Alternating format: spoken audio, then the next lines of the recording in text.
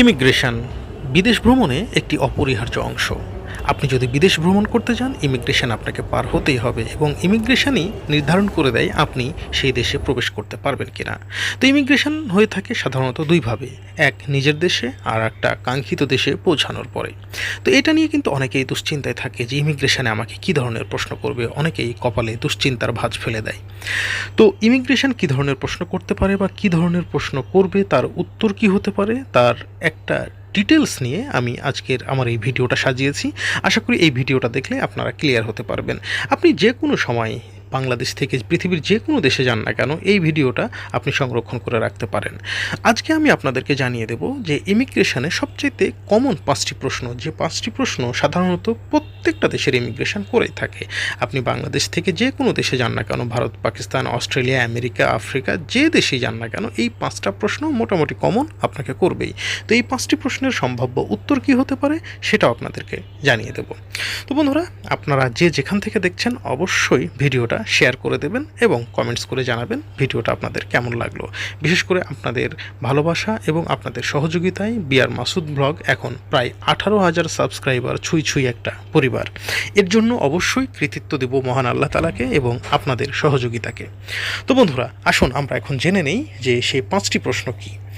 প্রথম প্রশ্ন, যেটা খুব কমন একটা প্রশ্ন, সেটা হচ্ছে আপনাকে জিজ্ঞেস করবে আপনি কোথায় যাচ্ছেন। অর্থাৎ আপনি যে দেশে যাচ্ছেন সেই দেশের এয়ারপোর্টে নামার পরে বা আপনি যদি ল্যান্ড বর্ডার দিয়ে যান সেখানে যাওয়ার পরে ওই দেশের যে ইমিগ্রেশন, সেই ইমিগ্রেশনের প্রথম প্রশ্নটাই থাকবে সাধারণত আপনি কোথায় যাচ্ছেন, অর্থাৎ ওই দেশের কোন অংশে যাচ্ছেন এবং কোন অংশে যাচ্ছেন এটা আপনি ক্লিয়ার করে দেবেন।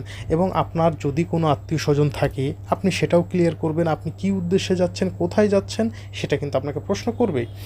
দ্বিতীয় প্রশ্নটা হচ্ছে আপনি যে যাচ্ছেন সেই যাওয়ার উদ্দেশ্যটা কী, আপনি কী কারণে যাচ্ছেন। সুতরাং অবশ্যই এই প্রশ্নটাও আপনাকে অনেস্টভাবে করা হবে, আপনি অনেস্টভাবে উত্তর দেবেন। আপনি যদি মেডিকেল ভিসায় যান আপনি মেডিকেল ভিসার উদ্দেশ্যে যাচ্ছেন, আপনার যাওয়ার উদ্দেশ্য যদি ট্যুর হয় আপনি জাস্ট ট্যুর এতটুকুই বলবেন, কোনো অতিরিক্ত কথা সংযুক্ত করবেন না। বিশেষ করে ভারতের ইমিগ্রেশনে যে কাজটা হয়, অনেকেই কিন্তু অতিরিক্ত কথা বলে ফেলে, আর যার কারণে কিন্তু তার ইমিগ্রেশনে তাকে ব্যাক পাঠানো হয়। বিশেষ করে তার আত্মীয় স্বজন আছে, এই আছে, সেই আছে, হ্যান আছে, ত্যান আছে, এগুলো বলতে গিয়েই কিন্তু ইমিগ্রেশন কর্মকর্তা তাকে সন্দেহ করে। সুতরাং আপনার আত্মীয় স্বজন থাকলেও সেটা বলার দরকার নেই। তবে আপনি যদি ভারত বাদে অন্য কোনো দেশে যান, সেখানে যদি আপনার আত্মীয় স্বজন থাকে তাহলে সেটা আপনি বলতে পারেন, বাট ভারতের ক্ষেত্রে সেটা বলবেন না। এবার আসুন আমরা জেনে নেই 3 নম্বর প্রশ্নটা কী হতে পারে। আপনি কতদিন থাকবেন, এটা কিন্তু 3 নম্বর এবং খুব কমন একটা প্রশ্ন। এই 3 নম্বর প্রশ্নটার উত্তর আপনাকে অবশ্যই লজিক্যালি দিতে হবে। আপনি যদি মেডিকেল ভিসায় যান তাহলে অবশ্যই একটা যুক্তিযুক্ত উত্তর দিতে হবে, সেটা কেমন হবে সেটা আপনি নিজেই ভালো জানেন। যদি আপনি ট্যুরিস্ট ভিসায় যান তাহলে কতদিনের ট্যুরে যাচ্ছেন, সম্ভব হলে আপনি একটা আইটিনারি নিয়ে যাবেন এবং সেই আইটিনারিটা আপনি ইমিগ্রেশন কর্মকর্তাকে দেখাতে পারেন, এতে আপনাকে আর এক্সট্রা কোনো প্রশ্ন করবে না।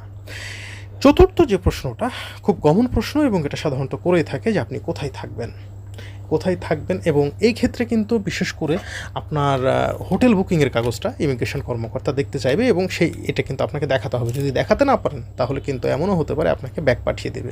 তবে ইন্ডিয়ান ইমিগ্রেশনের ক্ষেত্রে এই বিষয়ে এতটা কড়াকড়ি হয় না যে আপনার হোটেল বুকিং লাগবে কিনা, তবে কোথায় থাকবেন এটা অবশ্যই আপনাকে উত্তর দিতে হবে।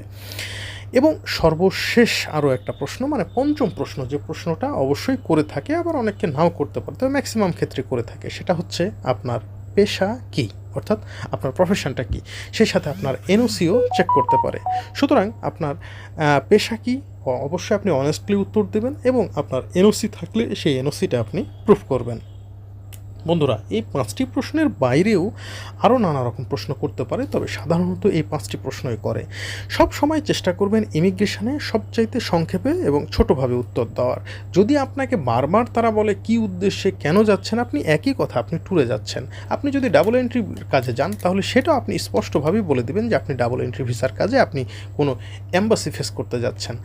আপনার ভিসার মোটিভ অনুযায়ী আপনি স্পষ্টভাবে উত্তর দেবেন, মোটেও ঘাবড়াবেন না বা ভয় পাবেন না। যদি আপনি ঘাবড়ে যান তখন কিন্তু তাদের সন্দেহটা আরও বেশি হবে। কেন আপনি ঘাবড়াচ্ছেন কেন? আর ঘাবড়ানোর কিছুই নেই। আর বিশেষত আপনি যখন আপনার নিজের দেশের ইমিগ্রেশন পার করবেন সেই সময় আপনাকে তেমন কোনো প্রশ্ন মানে করা হবে না বা তেমন কোনো ঝামেলা হবে না। শুধু আপনার কাছ থেকে হয়তো এনওসিটা দেখতে চাইবে, কত টাকা পয়সা নিয়ে এসেছেন সেটা দেখতে চাইবে বা নিয়ে যাচ্ছেন সেটা দেখতে চাইবে। আবার আপনি যে দেশে যাচ্ছেন সেই দেশের ইমিগ্রেশনও আপনার কাছে টাকা পয়সার হিসেব নিলেও নিতে পারে, আবার না নিলেও না নিতে পারে। তো বন্ধুরা, এই হচ্ছে ইমিগ্রেশনের কমন প্রশ্ন, যেগুলো আসলে আমরা ভয় পেয়ে থাকি বা অনেকে বুঝতে পারি না যে আসলে কী ধরনের প্রশ্ন করবে, যার কারণে নিজেদের ভিতরে একটা অস্থিরতা কাজ করে।